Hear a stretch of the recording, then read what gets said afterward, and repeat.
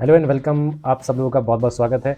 बच्चों, आज से हम आप लोगों के लिए एक सीरीज़ लेकर के आएंगे जिसमें आप लोगों को पढ़ने को मिलेंगे जो बोर्ड एग्जाम में लास्ट ईयर के क्वेश्चंस आ चुके हैं, इंपॉर्टेंट होते हैं। इसी तरीके के क्वेश्चन हर बार एग्जाम में रिपीट होने को देखने को मिलते हैं, तो यही सारे क्वेश्चंस हम सीरीज़ में लेकर के आएंगे। सबसे पहले जैसे आप सामने देख सकते हो, यहाँ पर ये क्वेश्चन दे रखा है, मल्टीपल चॉइस है। तो जो 1 मार्क में मल्टीपल चॉइस क्वेश्चन हैं, सबसे पहले हम उनको करने वाले हैं। हर एक साल के करेंगे, लगभग पिछले 5 साल के जितने भी 1 मार्क के क्वेश्चन होंगे यहाँ पर मल्टीपल चॉइस, सबसे पहले हम उनको यहाँ पर कवर करेंगे। फिर उसके बाद हम 2 मार्क के जो क्वेश्चंस हैं पिछले 5 साल के, वो सीरीज़ यहाँ पर चलाएंगे। फिर 3 मार्क के question, case study and 5 mark के जितने भी क्वेश्चन होते हैं, तो ये सारे क्वेश्चंस हम यहाँ पर करने वाले हैं। इन क्वेश्चंस का करने का सबसे बड़ा जो बेनिफिट आपको यहाँ पर मिलेगा, वो बेनिफिट ये मिलने वाला है कि एक तो आपको जो इंपॉर्टेंट क्वेश्चंस होते हैं उनको इधर उधर देखने की ज़रूरत नहीं मिलेगी। ठीक है, ऑल ओवर द कोर्स जो आपका कोर्स है उसी से ये क्वेश्चंस यहाँ पर आने वाले हैं। तीसरी चीज़, क्वेश्चंस के साथ साथ आपको मैं यहाँ पर टॉपिक भी जो है थोड़ा बहुत ब्रीफ में यहाँ पर डिस्कस करता रहूँगा, तो आपका टॉपिक भी थोड़ा थोड़ा कवर होता रहेगा, इंपॉर्टेंट क्वेश्चंस भी मिलते रहेंगे और आपका कंप्लीट रिवीजन भी इस तरीके से होता रहेगा। तो उम्मीद है आप लोगों को ये सीरीज़ जो है अच्छी लगेगी। तो बिना देर करे स्टार्ट करते हैं। आज के बाद से ये वीडियो आती रहेंगी, मंडे से सैटरडे तक आया करेंगी, तो आप जो है रेगुलर बेसिस पर ये सारी वीडियोज़ को देख सकते हो और अपनी जो है प्रिपरेशन स्टार्ट कर सकते हैं। तो चलिए पहला क्वेश्चन यहाँ पर स्टार्ट कर लेते हैं। पहला क्वेश्चन हमारे सामने है, अ पॉइंट चार्ज। 1 मिनट रुकिएगा, पहले इसको ज़रा फुल स्क्रीन कर लिया जाए। हाँ जी, अब ठीक है। तो सबसे पहला क्वेश्चन यहाँ पर है, अ पॉइंट चार्ज। ठीक है जी, 1 मिनट। हाँ, a point charge situated at a distance r और from a short electric dipole. तो ठीक है, हमें बात समझ में आ रही है कि एक इलेक्ट्रिक डाइपोल है, ये लिया हमने इलेक्ट्रिक डाइपोल। इलेक्ट्रिक डाइपोल क्या होता है? जहाँ पर सेम मैग्नीट्यूड के चार्जेस बट अपोजिट नेचर के एक दूसरे से कुछ दूरी पर रखे रहते हैं, जैसे यहाँ पर 12 डिस्टेंस पर ये रखे हुए हैं, इसको इलेक्ट्रिक डाइपोल कहा जाता है। ठीक है, ये एक फोर्स अप्लाई कर रहे हैं। किस पर फोर्स अप्लाई कर रहे हैं? एक चार्ज पर। ये था ना चार्ज, पॉइंट चार्ज। तो पॉइंट चार्ज कहाँ पर है? इससे कुछ दूरी पर एक पॉइंट चार्ज है। इस पॉइंट चार्ज पर जो फोर्स लग रही है वो एफ फोर्स यहाँ पर लग रही है। अब क्वेश्चन में ये कहना चाह रहे हैं, if the distance of charge is 2r, यानी कि ये जो डिस्टेंस था, देखिए यहाँ पर जो डिस्टेंस मेजर होगा, पहले मैं उसको बता दूं आप लोगों को। ये डिस्टेंस मेजर होता है डाइपोल के सेंटर से। ठीक है, डाइपोल के सेंटर से मेजर हुआ करता है। यहाँ पर जब r डिस्टेंस था तो फोर्स लग रही थी f। आपसे पूछा गया है, अगर यही डिस्टेंस हम बढ़ा करके कितना कर दें? 2r कर दें, यानी कि डबल कर दें प्रीवियस वाले का, यानी कि पॉइंट चार्ज इस जगह पर रखा रहे, तब कितनी फोर्स लगेगी? मान करके चलिए यहाँ पर एफ डैश जो है फोर्स लगेगी, तो हम देखते हैं फोर्स कितनी होगी। उससे पहले देखिए, आप लोगों को ये पता होना चाहिए, चार्ज पर जो फोर्स लगती है उसका फॉर्मूला है F is equal to q E. ठीक है, F is equal to q E. यहाँ पर इलेक्ट्रिक फील्ड, ये जो E है यहाँ पर इलेक्ट्रिक फील्ड है। इलेक्ट्रिक फील्ड किसकी वजह से होगी? डाइपोल की वजह से। डाइपोल की वजह से यहाँ पर जो इलेक्ट्रिक फील्ड होगी बेटा, वो होगी μ0/4π 2π/r³। ठीक है, तो यहाँ पर ये फोर्स का फॉर्मूला बन गया। इतना फॉर्मूला इलेक्ट्रिक फील्ड का है, अगर आप इसमें चार्ज से मल्टीप्लाई कर देते हो तो फॉर्मूला बन जाएगा फोर्स का। अब यहाँ पर आप ये चीज़ देख सकते हो कि जो फोर्स और डिस्टेंस है एक दूसरे के इन्वर्सली प्रोपोर्शनल है। साथ साथ डिस्टेंस जो r है उस पर क्यूब पावर भी आपको देखने को मिल रही है। तो ये आपको रिलेशन मिल गया। अब आपको इस रिलेशन को यूज़ करना है अपना आंसर फाइंड करने के लिए। तो फोर्स F है जब डिस्टेंस था r, फोर्स F डैश है जब डिस्टेंस कितना है? 2r। तो यहाँ पर मैंने r की जगह पर 2r लिख दिया।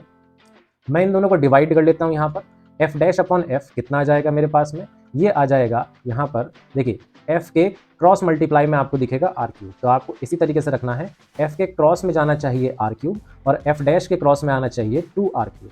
इस तरीके से जब आप रखेंगे तो आपको यहाँ पर देखने में मतलब कन्फ्यूज़न नहीं होगी कि कहाँ पर हमें क्या वैल्यू पुट करनी चाहिए। r³ अपॉन 8r³, यहाँ पर चल रहा है F डैश अपॉन F। ठीक है, r³ से r³ कैंसिल हो गया, F डैश अपॉन F आ जाएगा 1/8। और यहाँ से मैं सीधे सीधे कह सकता हूँ कि F डैश कितना हो जाएगा? F/8 हो जाएगा। ये चीज़ आप बड़ा आसानी से फाइंड कर सकते थे जब आपको ये रिलेशन पता चल गया था। इन्वर्स प्रोपोर्शनैलिटी थी, यानी कि फोर्स जो है घट जाएगी डिस्टेंस के बढ़ने पर। किस हिसाब से घट जाएगी? क्यूब के हिसाब से बढ़ जाएगी, क्योंकि वहाँ पर डिस्टेंस का क्यूब है। तो अगर आपने डिस्टेंस 2 टाइम्स बढ़ा दिया तो जो फोर्स है वो 8 टाइम्स वहाँ पर कम हो जाएगी। बड़ी सीधी सी बात है, लेकिन मैंने आपको पूरा यहाँ पर कैलकुलेट करके बताया। साथ में जो फॉर्मूले यहाँ पर इंक्लूड हो रहे थे उनको भी मैंने थोड़ा थोड़ा आपको बताया है। बिल्कुल इसी तरीके से हम सारे क्वेश्चंस करने वाले हैं। जैसे पहले क्वेश्चन में हमने क्वेश्चन देखा, टॉपिक देखा, मैंने थोड़ा टॉपिक समझाया आपको, डाइपोल के बारे में समझाया, फॉर्मूले वगैरह जो थे उनको समझाया। इसी तरीके से हम जो है सारे क्वेश्चंस करने वाले हैं। अगर आपको अच्छा लगे एफर्ट तो प्लीज़ लाइक करना ज़रूर याद रखिएगा। अगले क्वेश्चन पर चलते हैं। तो अगला क्वेश्चन हमारा यहाँ पर होने वाला है, ग्राफ से रिलेटेड क्वेश्चन है। बच्चों, ग्राफ के बहुत ज़्यादा क्वेश्चंस आपको देखने को मिलेंगे बोर्ड एग्जाम के अंदर। यहाँ पर क्या क्वेश्चन दे रखा है? फॉर अ मेटलिक कंडक्टर, एक मेटलिक कंडक्टर है, उसकी वेरिएशन यहाँ पर शो की गई है। किस किस के बीच में? रेसिस्टेंस की वेरिएशन है। किसके साथ में है ये वेरिएशन? टेम्परेचर के साथ में। तो देखो बच्चों, आप लोगों ने यहाँ पर टॉपिक पढ़ा होगा एक, ठीक है। यहाँ पर आपने जो टॉपिक पढ़ा होगा उसमें 3 ग्राफ थे। किस चीज़ के ग्राफ थे वो? रेसिस्टिविटी और टेम्परेचर के बीच में थे, ठीक है। रेसिस्टिविटी और टेम्परेचर के बीच में थे ये तीनों ग्राफ। रेसिस्टिविटी और टेम्परेचर के बीच में जो थे ये कौन से मटेरियल्स के लिए हुआ करते थे? तो मैं आपको यहाँ पर बताता हूँ। ये हुआ करता था पहला वाला कंडक्टर के लिए, दूसरा वाला हुआ करता था अलॉय के लिए, और तीसरा वाला हुआ करता था सेमीकंडक्टर के लिए, ठीक है। कंडक्टर के केस में इस तरीके की रिलेशनशिप देखने को मिलती है हमें टेम्परेचर के साथ, यानी कि टेम्परेचर बढ़ाने पर रेसिस्टिविटी बहुत तेजी से बढ़ती है। यहाँ पर देखने को मिलता था कुछ इस तरीके से, यानी कि टेम्परेचर बढ़ेगा बट रेसिस्टिविटी बहुत ज़्यादा तेजी से नहीं बढ़ेगी और थोड़ा वेरिएशन वहाँ पर देखने को मिलेगा। इसके बाद में सेमीकंडक्टर्स के लिए क्या होता है? सेमीकंडक्टर्स के लिए उल्टा होता है। टेम्परेचर जैसे जैसे बढ़ता है वैसे वैसे रेसिस्टिविटी घटती चली जाती है। अब मैं यहाँ पर आपको रेसिस्टिविटी के बारे में बता रहा हूँ, लेकिन जो क्वेश्चन में कहा गया है वो रेसिस्टेंस के लिए कहा गया है। तो देखिए, जब ग्राफिकली हम इसको यूज़ करते हैं, इस इंफॉर्मेशन को यूज़ करते हैं, तो आप रेसिस्टिविटी की जगह पर रेसिस्टेंस भी मान सकते हैं। यानी कि अगर जैसे आपने वेरिएशन रेसिस्टिविटी के लिए बनाई है, वैसी ही वेरिएशन आप रेसिस्टेंस के लिए भी दिखा सकते हो अगेंस्ट टेम्परेचर। तो यहाँ पर किसके? कंडक्टर के लिए पूछा गया था, तो कंडक्टर के लिए हम जानते हैं इस तरीके का ग्राफ आएगा, यानी कि डी ऑप्शन यहाँ पर आपका बिल्कुल करेक्ट हो जाएगा। दूसरा क्वेश्चन था रेसिस्टिविटी और टेम्परेचर या रेसिस्टेंस और टेम्परेचर के बीच में किस तरीके से वेरिएशन देखने को मिलती है। क्वेश्चन कंडक्टर पर था, लेकिन मैंने आपको तीनों के लिए बता दिया, कंडक्टर के लिए भी, अलॉय के लिए भी और सेमीकंडक्टर के लिए भी। इस तरीके से हमारा टॉपिक भी जो है कवर होता जा रहा है, और ये बहुत इंपॉर्टेंट ग्राफ है। एक बार ये जो है तीनों ग्राफ जो है यहाँ पर ये बोर्ड एग्जाम में देखने को आए थे। तीनों ग्राफ 3 मार्क में पूछे गए थे, 1 मार्क में एक ग्राफ पूछा गया था। अगला क्वेश्चन है हमारा question number 3, potential difference across a cell in open circuit. Open circuit में पोटेंशियल डिफरेंस कहा जा रहा है। देखिए, मेरी बात ध्यान से सुनिएगा और याद रखिएगा, जब भी पोटेंशियल डिफरेंस कहा जाता है काहे में? ओपन सर्किट में, तो वो पोटेंशियल डिफरेंस जो होता है ईएमएफ के बराबर होता है, ठीक है। ये फॉल्स मतलब गिर जाता है 4 वोल्ट तक, मतलब ये पोटेंशियल डिफरेंस 4 वोल्ट हो गया जब 4 एम्पियर का करंट फ्लो कर रहा है उसके थ्रू। भाई अगर करंट फ्लो कर रहा है, समझिएगा बात को, है ना, अगर करंट फ्लो कर रहा है तो जो सर्किट है वो क्या हो गया? क्लोज, ठीक है। जब सर्किट ओपन था तब पोटेंशियल डिफरेंस होता है ईएमएफ के बराबर, और ये था 8 वोल्ट। जब सर्किट क्लोज हो गया तो पोटेंशियल डिफरेंस हो गया 4 वोल्ट। साथ साथ आपको करंट की बात भी बता रखी है कि 4 एम्पियर करंट है। अब इंटरनल रेसिस्टेंस की बात चल रही है कि इंटरनल रेसिस्टेंस कितना होगा, ठीक है। इंटरनल रेसिस्टेंस आपसे पूछा गया है। देखिए, अगर आपको कोई भी न्यूमेरिकल या कोई भी टॉपिक फिजिक्स का, मोस्टली मैं बताता हूँ 60% आपके जो टॉपिक होते हैं वो कवर हो जाते हैं अगर आपको सिर्फ टॉपिक से रिलेटेड फॉर्मूले याद हैं तो। इसलिए फॉर्मूले बहुत ज़्यादा इंपॉर्टेंट है याद रखने। फॉर्मूले आप जितने ज़्यादा हो सकें या चैप्टर वाइज जितना ज़्यादा हो सके उतना ज़्यादा याद कर लीजिएगा, जल्दी से जल्दी। उसी को याद कर लेंगे, 60% आपको मोटिवेशन मिल जाएगा कि हाँ भाई, मतलब 60% आपका जो है सिलेबस कवर हो जाएगा, ऐसा आपको मोटिवेशन मिलेगा। तो इनके बीच में ई, वी, आर और आई, इनके बीच में जो फॉर्मूला हुआ करता है वो हुआ करता है V is equal to E minus I R. देखो, ये जो इक्वेशन है ये डिस्चार्जिंग के केस में है। अब डिस्चार्जिंग किस चीज़ की होगी? सेल या बैटरी, जो भी चीज़ आप लेकर के चल रहे हो उसी की डिस्चार्जिंग के लिए है। अगर इक्वेशन लिखी जाए चार्जिंग के लिए तो वो भी मैं आपको बता रहा हूँ यहाँ पर, क्योंकि मुझे टॉपिक भी कवर कराना है धीरे धीरे, है ना। तो चार्जिंग के केस में क्या होगा? चार्जिंग के केस में ये प्लस जो है माइनस जो है प्लस हो जाता है, बस इतना डिफरेंस आएगा, ठीक है। यहाँ से अगर आप आर फाइंड करेंगे तो आर कितना आ जाएगा? V minus E upon I. ये V माइनस ई नहीं होगा, ये होगा E माइनस वी, है ना, E minus V upon I. E की वैल्यू आपको 8 दे रखी है, पोटेंशियल डिफरेंस 4 है और करंट भी कितना है? 4। आप लोग इसको सॉल्व करोगे, बहुत ही ज़्यादा आसान है। कितना आ जाएगा यहाँ पर? ये आ गया आंसर आपका 1 ओम, यानी कि अगेन फिर से डी ऑप्शन जो है आपका करेक्ट हो जाएगा। तो यहाँ पर इस क्वेश्चन में हमने समझा 2 फॉर्मूलों के बारे में पढ़ा, एक चार्जिंग के केस में और एक डिस्चार्जिंग के केस में। यहाँ पर हमने डिस्चार्जिंग क्यों लिया? यहाँ पर हमने डिस्चार्जिंग इसलिए लिया है क्योंकि क्वेश्चन में बात ही नहीं की गई थी कि चार्जिंग है या डिस्चार्जिंग है, ठीक है। अगर आपको कुछ नहीं दिया जाता है तब आप उस केस में क्या लोगे? बाय डिफॉल्ट यहाँ पर डिस्चार्जिंग वाला केस ही लेकर के चलोगे, ओके। चलिए, इतना करने के बाद हम आ गए अपने 4th क्वेश्चन पर। 4th क्वेश्चन यहाँ पर क्या है देख लेते हैं। Steady current flows through a metallic wire. एक वायर है, उससे जो है करंट फ्लो कर रहा है। करंट जो फ्लो कर रहा है वो स्टेडी करंट है, और जो मेटेलिक वायर है ना उसका एरिया ऑफ क्रॉस सेक्शन, देखिए एरिया ऑफ क्रॉस सेक्शन क्या हो रहा है? इंक्रीज हो रहा है कंटिन्यूअसली। यानी कि एक एंड पर तो वायर पतली है, दूसरे एंड पर जो वायर है उसकी मोटाई बढ़ती चली जा रही है। स्टेडी करंट यानी कि करंट जो है कांस्टेंट फ्लो कर रहा है, ये भी बात आप ध्यान रखिए। From one end of wire to other, magnitude of drift velocity, है ना, विद ए। देखिए, ड्रिफ्ट वेलोसिटी किस तरीके से वेरी करेगी एरिया ऑफ क्रॉस सेक्शन के साथ, ये हमें यहाँ पर पढ़ना है। ऐसे क्वेश्चंस को सॉल्व करने का मैं आपको तरीका बताता हूँ। बहुत ध्यान से समझिएगा। अगेन फिर से यहाँ पर हमारे पास में क्या चीज़ काम में आने वाली है, फॉर्मूला। फॉर्मूला बहुत ज़्यादा इंपॉर्टेंट है। आप ये देखिए, क्वेश्चन के अंदर बात हो रही है ड्रिफ्ट वेलोसिटी की, एरिया ऑफ क्रॉस सेक्शन की, करंट की बात हो रही है। ये तीनों चीज़ें अगर किसी फॉर्मूले में आती हैं तो वो फॉर्मूला है I = NAVDE। इस तरीके से आपको आइडेंटिफाई करना पड़ेगा कि क्या फॉर्मूला यूज़ करा जाए। ग्राफ वाले क्वेश्चंस में भी फॉर्मूला ही काम आता है, मेरी बात ध्यान रखिएगा आप लोग। अगर इस तरीके से हमने लिख दिया, मैं यहाँ पर VD का फॉर्मूला बना लेता हूँ। VD का फॉर्मूला आ जाएगा I/NAE। अब आप देखिए, जो जो चीज़ें कांस्टेंट है उनको हटाते जाइए। आपको कह रखा था कि I कांस्टेंट है, हटा दिया। इलेक्ट्रॉन डेंसिटी, ये जो N है ना यहाँ पर, ये इलेक्ट्रॉन डेंसिटी है। कंडक्टर के केस में इलेक्ट्रॉन डेंसिटी लगभग जो है कांस्टेंट रहती है, यूनिफॉर्म रहती है, लगभग, थोड़ी बहुत चेंज होती है, बाकी इसको हम यहाँ कंसीडर नहीं करेंगे। E हो गया मैग्नीट्यूड ऑफ चार्ज, 1.6 पता है आपको, पावर जो है -19, ये भी कांस्टेंट होता है। सारी चीज़ें यहाँ पर हट चुकी हैं। VD आपको दिख रहा है कि A एरिया के इनवर्सली प्रोपोर्शनल आ रहा है। अगर इनवर्सली प्रोपोर्शनल आ रहा है तो बेटा देखो, याद रखना, अगर दो चीज़ें इनवर्सली प्रोपोर्शनल हैं जैसे VD और A, तब उनके बीच में इस तरीके का डिक्रीजिंग कर्व वाला ग्राफ यहाँ पर बनेगा। यानी कि फर्स्ट ऑप्शन आपका जो है यहाँ पर बिल्कुल करेक्ट हो जाएगा। देखो कितनी आसानी से हमें पता चल गया। अगेन यहाँ पर फॉर्मूला यूज हुआ, और इस बार जो फॉर्मूला यूज हुआ वो था I = NAVD। VD यहाँ पर ड्रिफ्ट वेलोसिटी थी, I current, N electron density, A area of cross section और E था मैग्नीट्यूड ऑफ चार्ज। मैं आप लोगों को एक चीज़ और बता दूं, ये क्वेश्चन ना ही सिर्फ CBSE के पॉइंट ऑफ व्यू से इंपॉर्टेंट है, बल्कि जो बच्चे नीट की तैयारी कर रहे हैं उनके लिए भी ये क्वेश्चन जो है बहुत ज़्यादा ही इंपॉर्टेंट है। ठीक है, इसी तरीके के क्वेश्चन वहाँ भी पूछने को मिलते हैं। अगला क्वेश्चन होगा हमारा क्वेश्चन नंबर 5। क्वेश्चन नंबर 5 पढ़ते हैं, डायामैग्नेटिक सब्सटेंस। तो यहाँ पर डायामैग्नेटिक सब्सटेंस की बात हो रही है। मैं आपको थोड़ा सा पहले यहाँ पर डिटेलिंग बता देता हूँ। डाया, पैरा और फेरो, ये तीन तरीके के मैग्नेटिक मटेरियल रहते हैं। मैग्नेटिक मटेरियल मतलब जिनको मैग्नेट के साथ में आप अगर रख दें या मैग्नेटिक फील्ड में रख दें तो वो मैग्नेटाइज हो जाता है सब्सटेंस। तो डायामैग्नेटिक सब्सटेंस जो है ये अपोजिट डायरेक्शन में मैग्नेटाइज होता है, ये सेम डायरेक्शन में मैग्नेटाइज होता है, और ये सेम डायरेक्शन में मैग्नेटाइज होगा लेकिन स्ट्रांगली। ये डिफरेंस इनमें रहा करता है। जैसे कोई मैग्नेटिक फील्ड आपने अप्लाई करी तो डायामैग्नेटिक सब्सटेंस क्या होगा, जिस डायरेक्शन में एक्सटर्नल फील्ड है उसके अपोजिट जाकर के मैग्नेटाइज होगा। पैरा सेम, मतलब जहां एक्सटर्नल फील्ड है उसी डायरेक्शन में ये मैग्नेटाइज हो जाता है। अभी बताता हूँ आप लोगों को ये। देखिए आगे पढ़ लेते हैं। Is brought near the north और south pole of bar magnet. तो यहाँ पर किस्सा कुछ ऐसा है कि एक बार मैग्नेट है ना। बार मैग्नेट का नॉर्थ पोल भी हो सकता है, बार मैग्नेट का साउथ पोल, दोनों आपको यहाँ पर दे रखे हैं। ये रहा डायामैग्नेटिक सब्सटेंस। ठीक है, दोनों केसेस में मैंने डायामैग्नेटिक सब्सटेंस बना दिया। इसको जो है क्या करा जा रहा है, बार मैग्नेट के पास में लाया जा रहा है। ठीक है, क्योंकि डायामैग्नेटिक सब्सटेंस है तो भाई मैग्नेटाइज तो होगा ही, लेकिन जब इसको पास में लेकर के जाया जाएगा तो ये अपोजिट डायरेक्शन में मैग्नेटाइज होगा। इसका क्या मतलब है, इसका मतलब ये है कि यहाँ पर नॉर्थ और यहाँ पर साउथ, साउथ के सामने साउथ और उसके अपोजिट नॉर्थ। यहाँ नॉर्थ था तो इसका अपोज करने के लिए नॉर्थ आया, साउथ था यहाँ पर तो इसका अपोज करने के लिए क्या आया, साउथ आ गया। इस तरीके से क्या होगा, यहाँ पर जो पोल्स हैं वो इंड्यूस हो जाएंगे। ठीक है, जो मैंने बताया था आपको अपोजिट डायरेक्शन में मैग्नेटाइज होते हैं, इसी तरीके से होगी ये चीज़। तो क्या होगा, ये चीज़ें आपको देखो, अब साउथ साउथ है और नॉर्थ नॉर्थ है, इनके बीच में आपको क्या अट्रैक्शन देखने को मिलेगी कि रिपल्शन देखने को मिलेगी, रिपल्शन देखने को मिलेगी।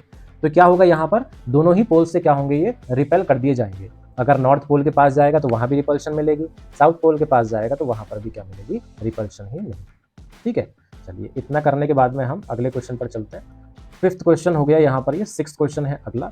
6th क्वेश्चन क्या कहता है, देखिए न्यूमेरिकल है यहाँ पर। ये सर्कुलर कॉइल, एक कॉइल है, उसका रेडियस दे रखा है। देखो बच्चों, न्यूमेरिकल करना है, फंडा सीधा सा ही है।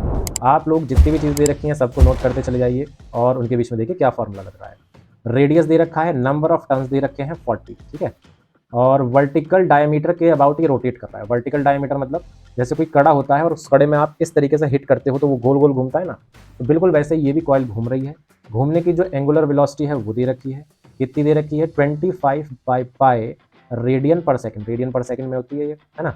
मैग्नेटिक फील्ड भी आपको यहाँ पर दे रखी है। मैग्नेटिक फील्ड कितना दे रखी है, 3 × 10⁻² Tesla. Maximum EMF induced in the coil. अब ईएमएफ पूछा गया है कि कितना इंड्यूस होगा, और ईएमएफ भी सिंपल नहीं, मैक्सिमम ईएमएफ पूछा गया है। यहाँ पर अगेन आपको पता होना चाहिए कि इनके बीच में क्या फॉर्मूला होता है ऐसा जो यहाँ पर हम यूज़ करने वाले हैं। देखिए ईएमएफ का फॉर्मूला होता है NBA sin ωt।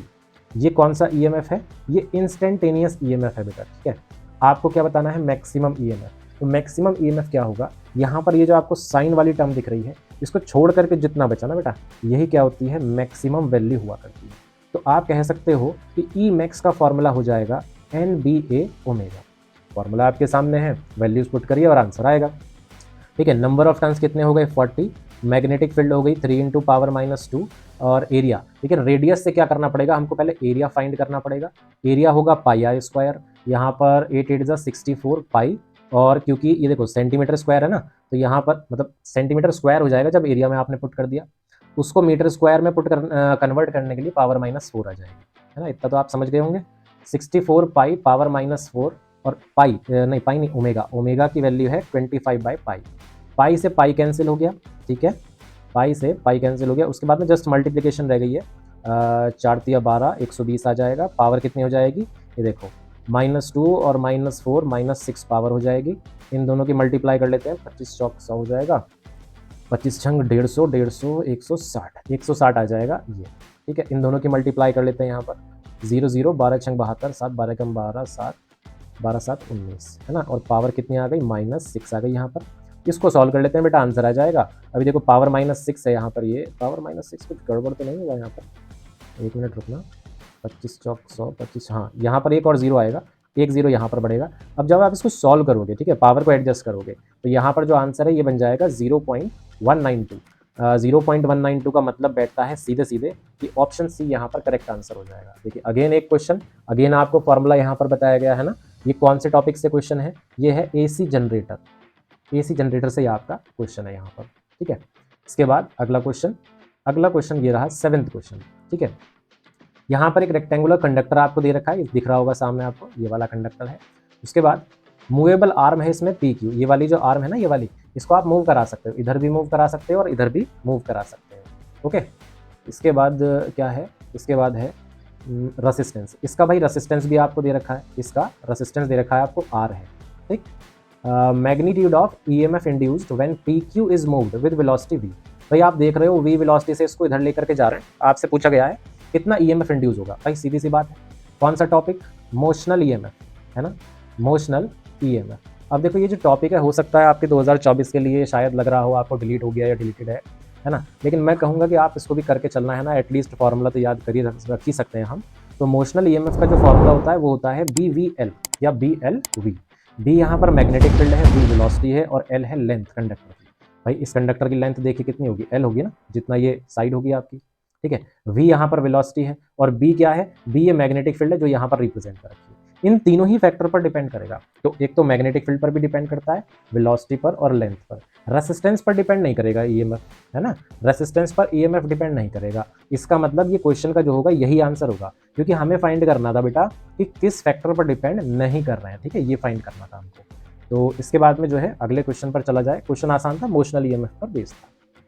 8th question आ गया बेटा यहाँ पर। इसके बाद में 8th क्वेश्चन क्या कह रहा है, in process of charging a capacitor. भाई कैपेसिटर को चार्ज किया जा रहा है यहाँ पर, current produced between the plates. भाई आपको पता होना चाहिए कि कैपेसिटर की जो प्लेट्स होती हैं उनके बीच में कितना करंट फ्लो करता है। तो उसके बीच में करंट फ्लो करता है, पहली बात तो कौन सा करंट फ्लो करता है, उसके प्लेट्स के बीच में करंट फ्लो करता है डिस्प्लेसमेंट करंट, है ना, डिस्प्लेसमेंट करंट फ्लो करता है। डिस्प्लेसमेंट करंट क्या होता है, करंट जो प्रोड्यूस होता है, किस वजह से प्रोड्यूस होता है, वेरिंग, वेरिंग मतलब चेंज होती हुई, वेरिंग, या तो आप कह दीजिए चार्ज, या फिर आप कह दीजिए इलेक्ट्रिक फील्ड, या तो वेरिंग इलेक्ट्रिक फील्ड या वेरिंग चार्ज, या फिर आप फ्लक्स भी कह सकते हो, वेरिंग फ्लक्स। इन तीनों में से आप अगर कुछ भी कहेंगे तो वो सही माना जाएगा। वेरिंग चार्ज की वजह से वेरिंग इलेक्ट्रिक फ्लक्स या वेरिंग इलेक्ट्रिक फील्ड, इन तीनों में से किसी भी चीज़ की वजह से अगर जो करंट प्रोड्यूस होता है उसको डिस्प्लेसमेंट करंट कहा जाता है। कहाँ पर रहता है ये, between the plates of capacitor रहा करता है। तो बाहर जो वायर्स हैं वहाँ पर कौन सा करंट फ्लो करेगा, कंडक्शन करंट फ्लो करेगा बेटा। ठीक है, वायर में जो करंट फ्लो होगा वो कौन सा करंट होगा, कंडक्शन करंट हुआ करता है। ये बात आपको जो है ध्यान में। अब इनके फॉर्मूले क्या हुआ करते हैं, देखिए ये जो डिस्प्लेसमेंट करंट है इसको मैं ID से अगर डिनोट कर लूँ तो सबसे पहली बात तो डिस्प्लेसमेंट करंट कंडक्शन करंट की ही बराबर होगी, है ना। कंडक्शन करंट कितनी होती है, dQ/dt होती है, तो ID भी क्या होगी, इतनी ही हो सकती है। लेकिन ऐसा कोई ऑप्शन आपको यहाँ पर दिख नहीं रहा, ऑप्शन दिख रहा है आपको फ्लक्स के रूप में, है ना। तो फ्लक्स के रूप में देखिए आप जो है मैं बताता हूँ आपको किस तरीके से यहाँ पर आप कर सकते हो। ठीक, तो यहाँ पर मैं मान लेता हूँ ID जो है कितना है, डेल्टा Q। एक मिनट, मेरे को यहाँ पर ये रिमूव करना पड़ेगा सारा, दोबारा मैं यहाँ पर इसको लिख देता हूँ। तो डिस्प्लेसमेंट करंट मैं यहाँ पर dQ/dt की बजाय डेल्टा Q/dt ये मान करके चल देता हूँ। ठीक है, तो क्यू आप जानते हो, आपको पता है प्लेट्स ऑफ कैपेसिटर के बीच में इलेक्ट्रिक फील्ड कितनी होती है, पता होगा ना आपको, सिग्मा अपॉन ए होता है। सिग्मा कितना होता है, sorry sigma upon epsilon not होती है ये। सिग्मा कितना होता है, क्यू अपॉन ए, और यहाँ क्या आ जाएगा ई। अगर मैं यहाँ से चार्ज कैलकुलेट करता हूँ तो ये कितना हो जाएगा charge, E A epsilon naught. E A क्या होगा भाई, ई ए आप जानते हो फ्लक्स हुआ करता है ना। तो मैं चार्ज की जगह पर ये वैल्यू पुट कर सकता हूँ, sigma epsilon upon sigma T. Epsilon not चला गया बाहर, डेल्टा फाई डेल्टा टी, यहाँ आ गया आई डी, ठीक है, ये आया अपने पास फार्मूला। ऐसा आपको ऑप्शन कौन सा दिख रहा है, ये भी नहीं है, ये भी नहीं है, ये वाला ऑप्शन है। सिर्फ डेल्टा की जगह पर डिफरेंशियल ऑपरेटर यूज कर रखा है, अदरवाइज नो इशू। तो ये वाला आपका जो ऑप्शन है सी ऑप्शन यहाँ पर बिल्कुल सही हो जाएगा।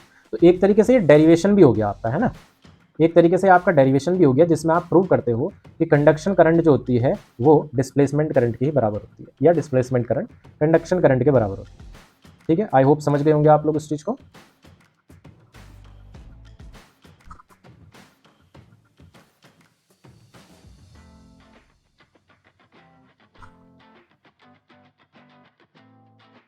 अभी इसके बाद में हम नेक्स्ट क्वेश्चन पर चलते हैं। नेक्स्ट क्वेश्चन देखते हैं क्या है, एक मिनट रुकिएगा, एक मिनट। हाँ जी, ये रहा नेक्स्ट क्वेश्चन आप लोगों का। नेक्स्ट क्वेश्चन है क्वेश्चन नंबर 9, कॉनकेव मिरर यानी कि ऑप्टिक्स से क्वेश्चन आया है, और फोकल लेंथ एफ। ठीक है, कॉनकेव मिरर है और उसकी फोकल लेंथ एफ है। Minimum distance between object and real image. ठीक है, ऑब्जेक्ट और रियल इमेज के बीच में मिनिमम कितना डिस्टेंस पॉसिबल है वो हमसे पूछा जा रहा है। लेकिन मैं आपको बता देता हूँ, थोड़ी और इन्फॉर्मेशन भी इसके साथ साथ बताऊंगा मैं आपको, टॉपिक की थोड़ा समझाना है मेरे को। ठीक है, मिरर का जो सेंटर होता है ना उसे कहते हैं पोल। मिरर पोल के सामने, मतलब यहाँ पर एक पॉइंट मैंने मान लिया फोकस। फोकस क्या है, जहाँ पर पैरेलल रेज अगर आएंगे तो वो यहाँ पर फोकस कर जाएंगे, इंटरसेक्ट कर जाएंगे या कन्वर्ज कर जाएंगे, ऐसा आप कह सकते हो। कन्वर्जिंग है ना, ये मिरर जो है कन्वर्जिंग है। अभी देखिए, अगर आप ऑब्जेक्ट रखते हो पोल और फोकस के बीच में, है ना, तो आपको जो इमेज मिलती है, जो आपको इमेज मिलती है वो इमेज मिलती है वर्चुअल। कैसी इमेज मिलती है, वर्चुअल। लेकिन अगर आपको इमेज चाहिए कैसी भाई, इमेज चाहिए आपको रियल। ठीक है, तो आपको कहां पर रखना होगा, आपको इस रेंज में ऑब्जेक्ट रखना होगा अगर आपको रियल इमेज चाहिए। ये क्या रेंज है, फोकस से लेकर के इन्फिनिटी तक आप कहीं भी रखिए ऑब्जेक्ट को, इमेज हमेशा क्या बनेगी, रियल बनेगी। देखिए इस रीजन में, है ना, ये पूरी जो रेंज है, ये पूरी रेंज में एक पॉइंट होता है जिसको हम कहते हैं सेंटर ऑफ कर्वेचर। अब इसकी खासियत सुनिए आप। ठीक है, इसकी खासियत ये है कि अगर यहाँ पर आपने ऑब्जेक्ट रखा है तो इसकी जो इमेज होती है वो इसी जगह पर बनती है। क्या बनती है, इसकी जो इमेज है वो इसी जगह पर बनती है। अब आप देखिए, जहां पर रखा है आपने ऑब्जेक्ट वहीं पर उसकी इमेज बन गई। इसका मतलब दोनों के बीच में डिस्टेंस कितना हुआ, ऑब्जेक्ट और उसकी रियल इमेज के बीच में। भाई ऑब्जेक्ट भी सेंटर ऑफ कर्वेचर पर है, इमेज भी सेंटर ऑफ कर्वेचर पर है, तो दोनों के बीच में डिस्टेंस कितना हो जाएगा, 0 डिस्टेंस हो जाएगा। यानी कि आपका फर्स्ट ऑप्शन जो है यहाँ पर, ये यहाँ पर करेक्ट जो है हो जाएगा। आसान क्वेश्चन था, इसमें कोई ऐसी कोई बड़ी चीज नहीं थी जिसमें हमें डिफिकल्टी पड़ती। अभी यहाँ पर 10th क्वेश्चन है, ये एटम एंड न्यूक्लियस से आपका क्वेश्चन आया है। देखिए क्वेश्चन क्या है, रेडियस ऑफ nth ऑर्बिट, है ना, Bohr model of hydrogen atom के अंदर प्रोपोर्शनल होता है। भाई आप सबको ये तो बहुत अच्छे से पता होगा, नहीं पता तो याद रखिएगा कि जो रेडियस होता है ना, जो ऑर्बिट्स, भाई ये न्यूक्लियस हो गया, इसके चारों ओर ये ऑर्बिट्स रहते हैं, है ना, इनको हम प्रिंसिपल क्वांटम नंबर भी कहते हैं। तो इन ऑर्बिट्स का जो रेडियस होता है वो क्वांटम नंबर के क्या होता है, क्वांटम नंबर मतलब जैसे ये पहली ऑर्बिट, ये दूसरी, ये तीसरी, तो ये 1 2 3 क्या है, ये क्वांटम नंबर ही है, प्रिंसिपल क्वांटम नंबर इनको कहा जाता है। तो आर जो होता है ना बच्चों, एन स्क्वायर के ही डायरेक्टली प्रोपोर्शनल होता है। आर के लिए बता दिया मैंने, वी के लिए भी सुन लो। इन ऑर्बिट्स में क्या मूव करते हैं, इलेक्ट्रॉन्स। ये तो न्यूक्लियस है, यहाँ पर क्या मूव करेगा, इलेक्ट्रॉन्स मूव करते हैं, है ना, सर्कुलर ऑर्बिट्स में। उनकी जो वेलोसिटी होती है वो वेलोसिटी एन के इनवर्सली प्रोपोर्शनल होती है। इन इलेक्ट्रॉन्स की जो एनर्जी होगी, है ना, वो एन स्क्वायर के इनवर्सली प्रोपोर्शनल होगी। ये तीनों रिजल्ट आपको याद रखने, एक नए क्वेश्चन बन जाता है। जैसे क्वेश्चन यहाँ पर बन रहा है, तो रेडियस की बात चल रही है, एन स्क्वायर के डायरेक्टली प्रोपोर्शनल है, मतलब यहाँ पर सी वाला ऑप्शन करेक्ट हो जाएगा। कोई ज़्यादा सोचना नहीं, तीनों के बारे में मैंने बता दिया आपको। जिसको आपको क्वेश्चन आए जिस पर बेस्ड, वो जो है आप यहाँ पर कर लीजिएगा क्वेश्चन, आसानी से 1 मार्क आप जो है गेन कर पाएंगे। और ये क्वेश्चन, इस पर बेस्ड क्वेश्चन जो है कई बार नीट में भी पूछे गए हैं, क्योंकि नीट का लेवल बहुत हद तक मैं कह सकता हूँ 12th के जैसा रहता है। एकदम 12th तो नहीं रहता, लेकिन 12th से थोड़ा सा एडवांस रहा करता है। तो ये क्वेश्चन भी चलेंगे अगर आप नीट की तैयारी कर रहे हैं तो। Hydrogen atom initially in ground state, भाई हाइड्रोजन एटम जो था ग्राउंड स्टेट में था। ग्राउंड स्टेट किसको कहते हैं, n इज इक्वल टू 1, जो पहला क्वांटम नंबर रहता है, पहला ऑर्बिट रहता है, उसी को ग्राउंड स्टेट कहा जाता है। वहां पर क्या था, कोई इलेक्ट्रॉन पड़ा हुआ था, उस इलेक्ट्रॉन पर क्या आया, फोटोन गिरा कहीं से आकर के। फोटोन गिरा मतलब एनर्जी उसने एब्जॉर्ब करी। एनर्जी एब्जॉर्ब करने पर क्या होगा, ये इलेक्ट्रॉन हायर ऑर्बिट में जाएगा। हायर ऑर्बिट में कौन से वाले में गया, ये देखो n इज इक्वल टू 5, इस वाले लेवल में ये पहुंच गया। वेवलेंथ ऑफ फोटोन, फोटोन की वेवलेंथ आपसे पूछी गई है, ठीक है जी, कि अगर आपने लाइट यहाँ पर फॉल कराई तो उस लाइट की वेवलेंथ क्या। देखिए आपको मैं बताऊं, पहले लेवल से जब 5वें लेवल में गया तो यहाँ पर वेव नंबर के लिए फॉर्मूला होता है ना, एम्पेरिकल फॉर्मूला, देखो है ना, पहले क्वांटम नंबर से रिलेटेड आपने वही पढ़ रखी होगी, लाइमन सीरीज, है ना। तो अगर आपने सुना है नाम तो अच्छी बात है, नहीं सुना तो कोई बात नहीं, मैं बता ही रहा हूँ आपको। ये देखिए ये होता है फॉर्मूला, वेव नंबर का फॉर्मूला। यहाँ पर जो n1 है वो है लोअर एनर्जी लेवल, यहाँ लोअर एनर्जी लेवल कितना है 1 है तो 1 का स्क्वायर, हायर एनर्जी लेवल कितना है 5 है तो 5 का स्क्वायर आ जाएगा, ठीक है। आप लोग इसको सॉल्व करोगे आ जाएगा आंसर आसानी से, कोई दिक्कत नहीं है। मैं आपको बताता हूँ डायरेक्ट, अगर आपको फाइंड करना पड़ जाए ऐसे तो आप क्या फॉर्मूला यूज करना, आप फॉर्मूला यूज करना lambda is equal to 912 n square upon n square minus 1, और ये जो आंसर आएगा आपका एंगस्ट्रॉम में आएगा, ठीक है। ये कहाँ से आया, ये इसी को ही सॉल्व करके मैंने फॉर्मूला बनाया है, एक ट्रिक कह सकते हो आप बनाई है, इसको आप यूज कर सकते हो। क्योंकि ये मल्टीपल चॉइस क्वेश्चन है तो ना तो सीबीएसई में आपसे पूछा जाएगा कि कैसे आपने सॉल्व किया, ना ही अगर ये नीट में आ गया क्वेश्चन तो वहाँ पूछा जाएगा कि आपने कैसे सॉल्व किया, आपको आंसर से मतलब है यहाँ पर। तो यहाँ पर 912 n स्क्वायर, n क्या है यहाँ पर, वो जो हायर एनर्जी लेवल है वो, ठीक है। हायर एनर्जी लेवल कितना आ जाएगा, यहाँ पर 5 है तो 5 का स्क्वायर हो गया 25, 25 माइनस 1 कितना आ जाएगा 24 एंगस्ट्रॉम, ठीक है जी। इसको आप जब सॉल्व करोगे तो ये आएगा 950 एंगस्ट्रॉम, 950 एंगस्ट्रॉम, लेकिन अपने जो आंसर है ना वो नैनोमीटर में है, तो एक पावर एक जीरो यहाँ पर कम कर दो, नैनोमीटर में कन्वर्ट हो गया, आंसर कितना आया 95 नैनोमीटर, यही आपका जो है करेक्ट आंसर हो जाएगा, ठीक है। यही आपका जो है यहाँ पर करेक्ट आंसर हो जाएगा। अब देखो यहाँ पर ये जो फॉर्मूला मैंने लिखा था ना, इसके बारे में थोड़ा सा मैं आपको बताता हूँ। ये पहले एनर्जी लेवल से चल करके गया, असल में ये इस चीज के लिए नहीं होता, ये क्या है, ये एब्जॉर्प्शन स्पेक्ट्रम कहा जाता है, इसको एब्जॉर्प्शन स्पेक्ट्रम कहा जाता है। जब इलेक्ट्रॉन क्या होता है हायर एनर्जी लेवल में जाता है, हायर एनर्जी लेवल में ना वो अनस्टेबल होता है, तो हायर एनर्जी लेवल से क्या होगा, वो लौट करके लोअर एनर्जी लेवल में आता है। लोअर एनर्जी लेवल में जब आएगा तो वहां पर वो लाइट प्रोड्यूस करता है ना, बिल्कुल ठीक उल्टा प्रोसीजर।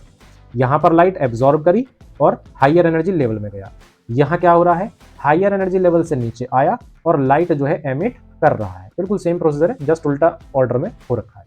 तो इसके लिए ये फॉर्मूला रहा करता था, है ना, इसके लिए ये फॉर्मूला रहा करता था, एम्पेरिकल फॉर्मूला जो मैंने बताया था कि भाई यहाँ पर आ गया n1, यहाँ पर आ गया n2, n2 जो है हायर एनर्जी लेवल, n1 जो है लोअर एनर्जी लेवल। थोड़ा टाइम देना, समझा दूंगा, बढ़िया मजा आएगा।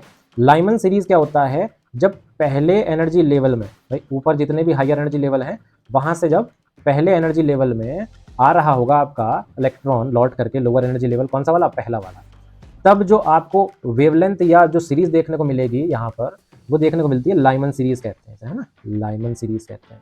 तो लाइमन सीरीज के लिए लोअर एनर्जी लेवल तो हो गया 1 और हायर एनर्जी लेवल कोई सा भी हो सकता है, तो उसके लिए मैंने n स्क्वायर कर दिया है, तो मतलब n और उसका स्क्वायर हो गया। जब आप इसको सॉल्व करोगे ना तो ये आंसर आएगा वही फॉर्मूला जो मैंने बताया, यहाँ पर ये 1/r हो जाएगा, n स्क्वायर माइनस 1। अब ये r जो है यहाँ पर रिडबर्ग कांस्टेंट है, इसको मैंने एडजस्ट करने के लिए फॉर्मूला आपका जो है टिपिकल ना लगे तो मैंने इसकी वैल्यू एडजस्ट करी, सॉल्व करके इतना मैंने ये फॉर्मूला यहाँ पर बना दिया, लैम्डा इज इक्वल टू इतना एंगस्ट्रॉम।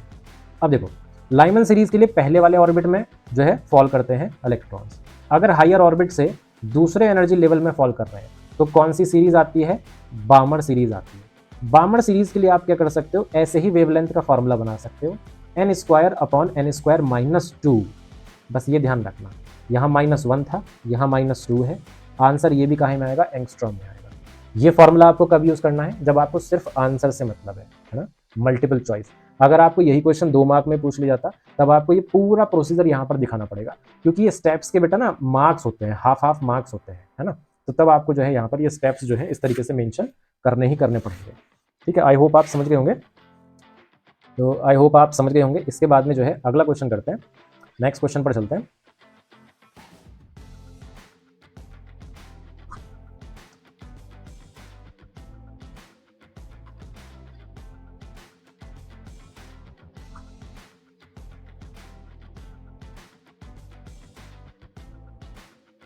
तो ये रहा आपका नेक्स्ट क्वेश्चन। नेक्स्ट क्वेश्चन क्या है बेटा, यहाँ पर मास डेंसिटी, एक मिनट अपना मार्क कर लेते हैं। मास डेंसिटी, मास डेंसिटी के बारे में बात हो रही है, किसकी मास डेंसिटी, न्यूक्लियस की। मास नंबर कितना है उसका, A। मास डेंसिटी आपसे सीधी सी बात है पूछी गई है कि भाई किसके प्रोपोर्शनल होगी, ये यहाँ पर मास नंबर है, एटॉमिक मास नंबर। देखिए मैं आपको बताऊं डेंसिटी का फॉर्मूला क्या होता है, मास अपॉन, एक मिनट, मास अपॉन वॉल्यूम। ठीक है, मान लीजिए एक न्यूक्लियन का मास जो है, एक न्यूक्लियन का मास वो हो गया स्मॉल एम, तो एटॉमिक मास नंबर कितना है, ए। अगर ए एटॉमिक मास नंबर है तो जितने न्यूक्लियंस हैं न्यूक्लियस के अंदर उन सब का मास हो जाएगा एम ए। वॉल्यूम, वॉल्यूम किसका, न्यूक्लियस का अगेन, है ना, 4/3 पाई आर क्यूब। अब देखिए यहाँ पर अगर मैं इसको एडजस्ट करता हूँ थोड़ा सा, पहले मैं आपको थोड़ा टॉपिक समझा रहा हूँ, ठीक है, ये आ गया। अब मैं यहाँ पर अगर वैल्यू पुट करूँ तो यहाँ पर वैल्यू आर की पुट करने पर यह आएगा, आर की वैल्यू होती है आर e⁻1/3 और इसका करना पड़ेगा हमें क्यूब, क्योंकि यहाँ पर क्या हो रखा है, आर क्यूब हो रखा है। अब आप इसको सॉल्व करेंगे तो आ जाएगा 3ma/4 r नॉट क्यूब और ए। अब आप यहाँ पर देखो जरा ध्यान से, ए से ए क्या हो गया, यहाँ पर कैंसिल हो गया, ठीक है, यानी कि डेंसिटी, डेंसिटी यहाँ पर कितना आ गई, 3m/4 r naught cube. R naught क्या है यहाँ पर, एक कांस्टेंट है, इस कांस्टेंट की वैल्यू होती है, ध्यान रखना, 1.5 फर्मी। फर्मी का मतलब क्या होता है, फर्मी का मतलब होता है 10⁻⁻15, ये मतलब हुआ करता है, फेमटोमीटर भी कह देते हैं इसे कभी कभी। तो ये हो गया आर नॉट। अब आप देखो यहाँ डेंसिटी के फॉर्मूले में क्या आपको एटॉमिक मास नंबर दिख रहा है, नहीं दिख रहा, नहीं दिख रहा है, इसका मतलब ये है independent of A, independent of A, यानी कि यहाँ पर डी ऑप्शन जो है करेक्ट होगा। क्वेश्चन आसान था, पढ़ते के साथ ही हो सकता था, लेकिन मेरे को आप लोगों को समझाना भी था कि किस तरीके से यहाँ पर जो है आंसर आया है, तो इसलिए मैंने थोड़ा सा यहाँ पर एक्सप्लेनेशन दी। अब आपको यहाँ पर एक डाउट आया होगा कि सर ये आपने वैल्यू जो थी ये कहाँ से पुट कर दी, तो देखिए अब मैं इसके बारे में बता दूँ। आपको पता होना चाहिए जो वॉल्यूम होता है ना न्यूक्लियस का, वो एटॉमिक मास नंबर के डायरेक्टली प्रोपोर्शनल होता है।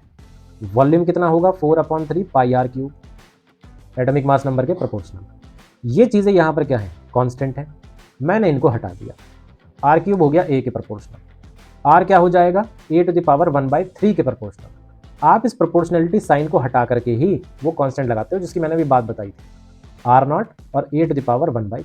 ये आ गया आपका रेडियस, किस चीज़ का, न्यूक्लियस का, ठीक है, रेडियस आ गया किसका, न्यूक्लियस का। किसी भी न्यूक्लियस का रेडियस हो सकता है ये, क्योंकि यहाँ पर ये जो है एटॉमिक मास नंबर है, जिस भी न्यूक्लियस को आप लोगे उसका जो है मास नंबर यहाँ आ जाएगा। ठीक, समझ गए, इस तरीके से हमने पता कर लिया कि मास डेंसिटी इंडिपेंडेंट होती है ए पर, डिपेंड नहीं करती किसी भी तरीके से। ओके, अगले क्वेश्चन की तरफ चलते हैं, आसान क्वेश्चन था ये भी। देखिए अगला क्वेश्चन आया यहाँ पर 13th क्वेश्चन, ये सेमीकंडक्टर वाले चैप्टर से क्वेश्चन है। एसी सोर्स जो है आपने कनेक्ट करा है सीरीज में पीएन जंक्शन डायोड के साथ और एक लोड रसिस्टर के साथ में। लोड रसिस्टर मतलब जिस रसिस्टर से आप क्या करते हो, जिस रसिस्टर को आपने लोड मान रखा है, यानी कि जो कोई भी चीज़ अगर हम चलाते हैं, जैसे पंखा, टीवी, कुछ भी हो गया इस तरीके की चीज़ें, तो वो लोड मानी जाती हैं। तो लोड रसिस्टर मतलब वहाँ पर जो है सप्लाई जो है डिसिपेट हो रही होगी, पावर डिसिपेट हो रही होगी, ठीक है, या आप जहाँ से आउटपुट ले सकते हैं, ऐसा भी आप मान सकते हैं। तो करेक्ट ऑप्शन पूछा गया है आउटपुट वोल्टेज क्या होगा। देखो मैं आपको यहाँ सर्किट बना करके दिखाता हूँ, एसी वोल्टेज का यहाँ पर सिंबल बना दिया हमने, एक हमने डायोड लिया, इसके साथ में एक लोड रेजिस्टेंस लिया। अब आप अगर इसे आप देखते हो ना, तो ये किस चीज़ की फिगर है, ये है हाफ वेव रेक्टिफायर की फिगर। हाफ वेव रेक्टिफायर क्या होता है भाई, हाफ वेव रेक्टिफायर एक ऐसी चीज़ है, मैं बताता हूँ अभी एक मिनट। मान लीजिए ये आपकी एसी इनपुट हो गई, अगर एसी इनपुट के लिए, है ना, एसी इनपुट में क्या होता है, एसी इनपुट में जो करंट या वोल्टेज कह दो, वो दोनों तरफ चलता है, पॉजिटिव साइड भी और नेगेटिव साइड भी। देखो ये पॉजिटिव साइड हो गई, ये नेगेटिव, पॉजिटिव ये नेगेटिव, ठीक है, और मैग्नीट्यूड भी लगातार चेंज होता है। लेकिन हाफ वेव रेक्टिफायर, ठीक है, इसकी जो आउटपुट आप लेते हैं वो कैसी मिलती है आपको, वो आपको मिलती है हाफ साइकिल के लिए, यानी कि हाफ साइकिल के लिए नहीं मिलेगी और हाफ साइकिल के लिए मिलेगी। क्योंकि आउटपुट हाफ साइकिल के लिए मिलती है इसलिए इसको हाफ वेव रेक्टिफायर कहते हैं। रेक्टिफाई मतलब छान देना, है ना, इसने छान दिया, रिमूव कर दिया एक साइकिल को। कौन सी वाली साइकिल को, इन वाली साइकिल को रिमूव कर दिया, पॉजिटिव साइकिल्स को इसने आउटपुट पर दे दिया, इसलिए सी ऑप्शन जो है यहाँ पर हमारा करेक्ट ऑप्शन बन जाएगा। ठीक है जी, ये बन गया हमारा सी ऑप्शन करेक्ट आंसर यहाँ पर। इस तरीके के अच्छा, मैं यहाँ पर आपको फुल वेव रेक्टिफायर के बारे में भी बता देता हूँ। फुल वेव रेक्टिफायर क्या होता है भाई, हाफ वेव होता है जो हमको सिर्फ एक हाफ साइकिल के लिए ही आउटपुट देता है, लेकिन फुल वेव रेक्टिफायर में हमें दो हाफ साइकिल होंगी, है ना, दो हाफ साइकिल होती हैं। देखो जैसे ये एक एसी है, तो एक हाफ साइकिल ये रही और दूसरी हाफ साइकिल ये रही, दोनों हाफ साइकिल के लिए आउटपुट आपको मिलेगी, आउटपुट मिलेगी, है ना। तो उसमें कैसी आउटपुट मिलती है, ऐसी आउटपुट मिलती है। ठीक, समझ में आ गया, थोड़ा बहुत समझ में आ गया होगा, क्योंकि क्वेश्चन नहीं है हाफ फुल वेव रेक्टिफायर का, इसलिए मैंने थोड़ा सा यहाँ पर ब्रीफली आप लोगों को बता दिया, बस नॉलेज देने के पर्पज से, और कुछ नहीं। 14th क्वेश्चन यहाँ पर देखते हैं, इंट्रिंसिक सेमीकंडक्टर। इंट्रिंसिक सेमीकंडक्टर क्या होता है? प्योर सेमीकंडक्टर को इंट्रिंसिक सेमीकंडक्टर कहते हैं। प्योर मतलब जिसमें किसी भी चीज तरह की इम्प्योरिटी ना मिली हुई हो। इम्प्योरिटी मतलब भाई मान लीजिए मेरे पास क्या है कि एक मतलब पीस है सोडियम का, ठीक है, सोडियम का पीस है, तो वो किस चीज के एटम से मिलकर के बना होगा? सोडियम के एटम से मिलकर के ही बना होगा, है ना। अगर उस पीस में मान लो कहीं से कोई मिलावट हो गई, अब मिलावट किस तरीके की होगी भाई? सोडियम एटम थे चारों तरफ, लेकिन उसमें एक मैग्नीशियम एटम आ गया। फॉर एग्जाम्पल मैं आपको सिर्फ ये समझाने के लिए बता रहा हूँ, सोडियम के पीस में कहीं से मैग्नीशियम के एटम आ गए, तो ये जो मैग्नीशियम के एटम है यहाँ पर ही किस चीज का काम करेंगे? इम्प्योरिटी का, है ना। जब तक सिर्फ सोडियम के एटम थे, चीज क्या थी? प्योर। यही चीज है, यही लॉजिक है जो आपको यहाँ पर लगाना है। इंट्रिंसिक मतलब प्योर सेमीकंडक्टर, डोपिंग मतलब मिलाना, मिलावट करना, मिलावट, ठीक है। ट्राइवेलेंट इम्प्योरिटी, भाई जैसे मैग्नीशियम की वहां पर इम्प्योरिटी मिल गई थी, ऐसी एक इम्प्योरिटी होती है ट्राइवेलेंट। ट्राइवेलेंट मतलब जिसके 3 वैलेंस इलेक्ट्रॉन रहते हैं। आपने कोई एक ऐसा एटम मिला दिया प्योर सेमीकंडक्टर में जिसके 3 वैलेंस इलेक्ट्रॉन थे, तो आपसे पूछा जा रहा है आपको यहाँ पर क्या रिजल्ट देखने को मिलेगा, है ना। रेसिस्टेंस इंक्रीज होगा? नहीं। पी टाइप सेमीकंडक्टर बन जाएगा? बिल्कुल सही बात है। मोर फ्री इलेक्ट्रॉन्स होंगे देन होल्स? फ्री इलेक्ट्रॉन्स होंगे? नहीं होंगे। होल ज्यादा होंगे, फ्री इलेक्ट्रॉन्स कम होंगे।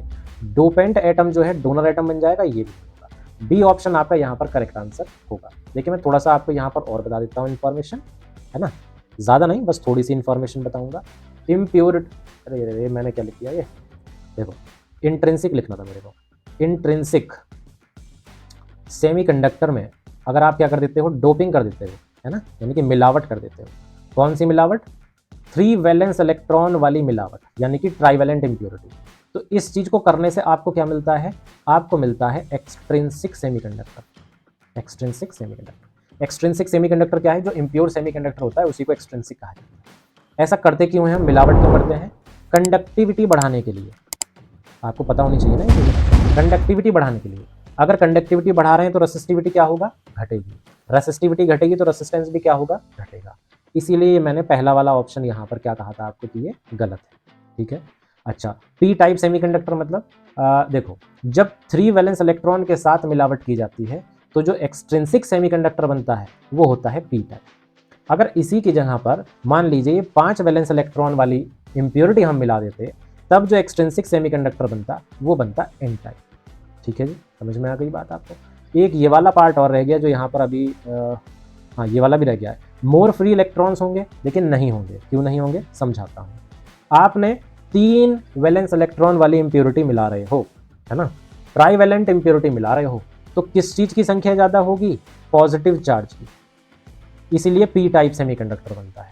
जब 5 वैलेंस इलेक्ट्रॉन वाली इम्प्योरिटी मिलाते हो, पेंटावैलेंट इम्प्योरिटी, तो जो सेमीकंडक्टर बनता है वो होता है एन टाइप। क्यों? क्योंकि उस टाइम पर निगेटिव चार्ज की मात्रा ज्यादा हो जाती है ना। यहाँ पी टाइप बना था इसलिए होल्स की संख्या ज्यादा होनी थी, फ्री इलेक्ट्रॉन्स की कम होनी थी। यहाँ उल्टा दे रखा था इसलिए हमने इसको गलत कहा था। आई होप आप समझ गए होंगे। इसे फिलहाल छोड़ दीजिए क्योंकि एक्सप्लेनेशन बहुत ज़्यादा हो जाएगी। टॉपिक जब आगे आएगा क्वेश्चन इस तरीके का तो इसमें हम पढ़ेंगे। डोनर एटम के बारे में है ये। ओके, अगला क्वेश्चन पर चलते हैं। अगला क्वेश्चन क्या है हमारा? 15th question. 15th क्वेश्चन क्या है? 15th क्वेश्चन है energy band diagram of n type silicon. N type मतलब एक्सट्रिंसिक सेमीकंडक्टर है, एन टाइप है, पेंटावैलेंट इम्प्योरिटी से मिक्सिंग करी गई होगी। आपसे पूछा है गैप कहाँ? Bottom of conduction band and donor energy level. देखिए एनर्जी लेवल्स की बात चल रही है तो उसको बना लेते हैं। 2 तरीके के एनर्जी बैंड होते हैं। एक होता है कौन सा बैंड? वैलेंस बैंड होता है। दूसरा बैंड कौन सा होता है? कंडक्शन बैंड हुआ करता है, ठीक। एक्सट्रिंसिक सेमीकंडक्टर के केस में क्या है? एक यहाँ पर एनर्जी लेवल रहता है जिसको हम कहते हैं डोनर लेवल, है ना, डोनर लेवल। ये कंडक्शन बैंड के बहुत ही ज़्यादा पास होता है। आपसे इसी गैप के बारे में पूछा गया है कि ये जो गैप है ये किस ऑर्डर का होता है, क्योंकि ये बहुत ही कम लेवल का एनर्जी गैप होता है जो लगभग 0 ही है मान लीजिए। तो 0 ही है मान लीजिए, इसके हिसाब से आपको कौन सा वाला यहाँ पर आंसर सही होना चाहिए? डी ऑप्शन आपका सही हो जाना चाहिए, क्योंकि यही जो है 0 के सबसे ज़्यादा नज़दीक है, 0.01 इलेक्ट्रॉन वोल्ट। इसी को हम अपना जो है सही आंसर मानते हैं, ठीक है। ये एन टाइप सेमीकंडक्टर के लिए है बेटा एनर्जी लेवल। अब देखिए मैं आपको यहाँ पर बताता हूँ, अगर क्या होता, अगर ये पी टाइप सेमीकंडक्टर होता है ना, ट्राईवैलेंट इम्प्योरिटी होती, तो उसमें P एक एनर्जी लेवल होता है, उस एनर्जी लेवल को कहते हैं एक्सेप्टर एनर्जी लेवल, वो वैलेंस बैंड के बहुत ज़्यादा पास होता है। इसकी क्योंकि बात नहीं हो रही है क्वेश्चन में, तो बस इतना ही मैं आपको यहाँ पर बताऊंगा इसमें क्वेश्चन से रिलेटेड। अगले क्वेश्चन पर चलते हैं। देखो असर्शन रीजन आ गया है, ये भी 1 मार्क में पूछे जाते हैं आपके सीबीएसई एग्जाम्स में, बहुत ज़्यादा पूछे जाते हैं, ठीक है। इनको सॉल्व करने का तरीका वो भी बताता हूँ, बहुत बढ़िया तरीका है, सुनिएगा ध्यान से। आपको पहली बात रीजन पढ़ना ही नहीं है ना, आपको रीजन नहीं पढ़ना, आपको सिर्फ असर्शन पढ़ के सारी डिटेलिंग वहाँ से लेनी है। When a bar of copper is placed in external magnetic field lines get concentrated inside bar. भाई क्वेश्चन क्या है, क्वेश्चन ये है, देखिए समझाता हूँ। एक यहाँ कॉपर का मटेरियल रखा हुआ है, रॉड मान लीजिए, ये एक्सटर्नल फील्ड में जो है भाई रखा हुआ था इस तरीके से, मान लीजिए अभी अभी रखा है। तो थोड़ी देर के बाद क्या होगा, थोड़ी देर के बाद ऐसा होगा कि जो मैग्नेटिक फील्ड लाइंस हैं वो चाह रही हैं कि हम और कहीं से ना होकर के जाएं, हम इसी मटेरियल से होकर के जाएं, हम इसी मटेरियल से कंसंट्रेट होकर के अपना अपना जो है रास्ता इसी के थ्रू बनाएं। इस तरीके से जो है कंसंट्रेट होती जा रही है। तो देखिए ऐसा कब होता है, ऐसा तब होता है जब सब्सटेंस क्या होता है, पैरामैग्नेटिक। कब होता है, जब पैरामैग्नेटिक सब्सटेंस हो, ठीक है। इतनी आपने इन्फॉर्मेशन कहाँ से पता करी, असर्शन से पता करी। अब देखो मैंने क्यों रीजन पढ़ने के लिए मना करा था, ये देखो आपको रीजन में खुद ही कह रखा है यहाँ पर कि कॉपर जो है पैरामैग्नेटिक सब्सटेंस है। भाई जो आपका डिस्कशन था, जो आपका रिजल्ट निकल करके आया कि भाई सब्सटेंस पैरामैग्नेटिक है इसलिए ऐसा हो रहा है, तो रीजन में एग्जैक्टली वही बात लिखी हुई है। तो इससे ये मतलब है कि भाई एक तो ये बात सही है, दूसरा रीजन जो है असर्शन की करेक्ट एक्सप्लेनेशन भी है। तो रीजन आपको पहले नहीं पढ़ना, रीजन आपको असर्शन का डिस्कशन करने के बाद, जब आप डिस्कशन कर लें कि क्यों क्या कैसे चीज़ें हो रही हैं, उसके बाद आपको रीजन पढ़ना है। तो यहाँ पर असर्शन भी सही है, रीजन भी सही है, एक्सप्लेनेशन भी है उसकी, तो ए वाला ऑप्शन यहाँ पर जो है इसका करेक्ट हो जाएगा। इसके बाद में आया हमारे पास में 17th क्वेश्चन। आई होप आपको समझ में आया होगा क्या मैं बताना चाह रहा हूँ। देखिए यहाँ पर भी रीजन हमको पढ़ना ही नहीं है भाई, क्या है, ठीक है, रीजन हमको पढ़ना ही नहीं है, असर्शन पढ़ करके ही हम अपना आंसर देंगे। Phase difference between any 2 points of a wave front is 0। अच्छा फेस डिफरेंस 0 है, ये कह रहे हैं। देखिए उससे पहले मैं आपको बताऊं वेव फ्रंट क्या होता है, थोड़ी इन्फॉर्मेशन दे देता हूँ। वेव फ्रंट एक ऐसा क्या कह सकते हैं, प्लेन है, जिस प्लेन में अगर कोई पार्टिकल है, क्योंकि बहुत सारे होंगे, तो जितने भी पार्टिकल्स वेव फ्रंट पर होते हैं ना, वो सेम फेस में क्या करते हैं, ऑसिलेट करते हैं, मतलब इस तरीके से ऑसिलेशंस करते रहते हैं सेम फेस में करेंगे तो फेस डिफरेंस कितना आएगा, 0 आएगा। तो बात सही है, ठीक है। और ये इन्फॉर्मेशन हमने जो है यहाँ से अपनी बना ली कि क्यों आया 0, क्योंकि ये रीजन उसका रहता है, ये हमने अपना रीजन दिया। अब जो रीजन यहाँ पर क्वेश्चन में दे रखा है उसको आप पढ़िएगा। All points of wave front are at same distance from source and thus oscillate in same phase. देखिए दे रखा है ऑसिलेट करते हैं सेम फेस में, भाई इसी वजह से तो फेस डिफरेंस 0 आ रहा था। तो ये रीजन तो हमने अपना पहले ही बना लिया था, क्योंकि हमारा रीजन जो है इस रीजन से मैच हो गया, दैट्स व्हाई असर्शन भी सही हो जाएगा, रीजन भी सही हो जाएगा और रीजन उसकी करेक्ट एक्सप्लेनेशन भी हो जाएगा, ठीक है जी। इस हिसाब से ए ऑप्शन जो है हमारा बिल्कुल सही आंसर यहाँ पर बन जाएगा, ठीक है। इसके बाद अपना जो है नेक्स्ट क्वेश्चन आ जाएगा। नेक्स्ट क्वेश्चन है क्वेश्चन नंबर 18। क्वेश्चन नंबर 18 में असर्शन क्या है, photo electric effect demonstrate the particle nature of light. Particle nature का क्या मतलब होता है, जब आप लाइट को, है ना, जब आप लाइट को पार्टिकल मान करके पढ़ते हैं, जब आप लाइट को पार्टिकल मान करके पढ़ते हैं तो तब हम कहते हैं कि this is particle nature of light, this is particle nature of light. यानी कि आप लाइट को जब फोटोन की फॉर्म में पढ़ते हो ना, तब उसको पार्टिकल नेचर माना जा रहा है, ऐसा आप कह सकते हो।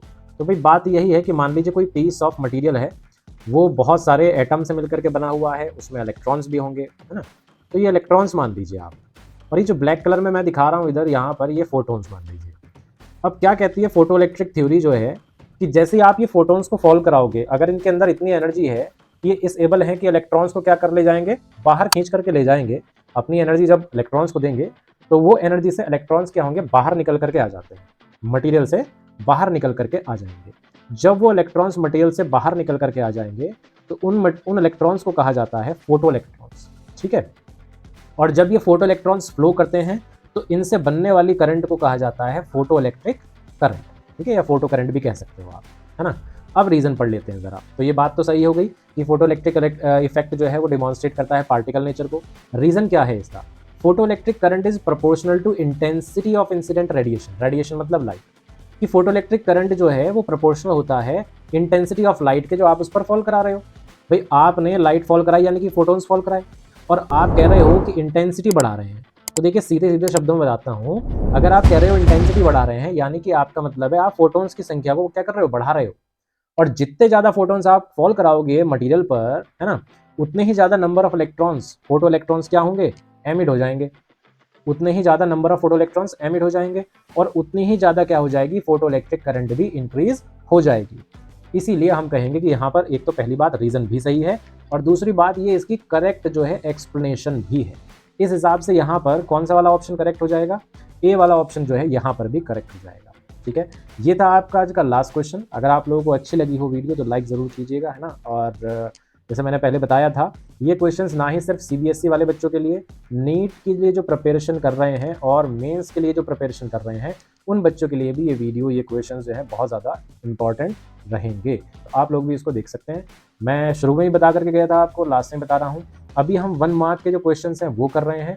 लास्ट 5 ईयर्स के जितने भी क्वेश्चन हैं वो वाले 1 मार्क के, 5 साल के जितने भी क्वेश्चन है वो कर रहे हैं।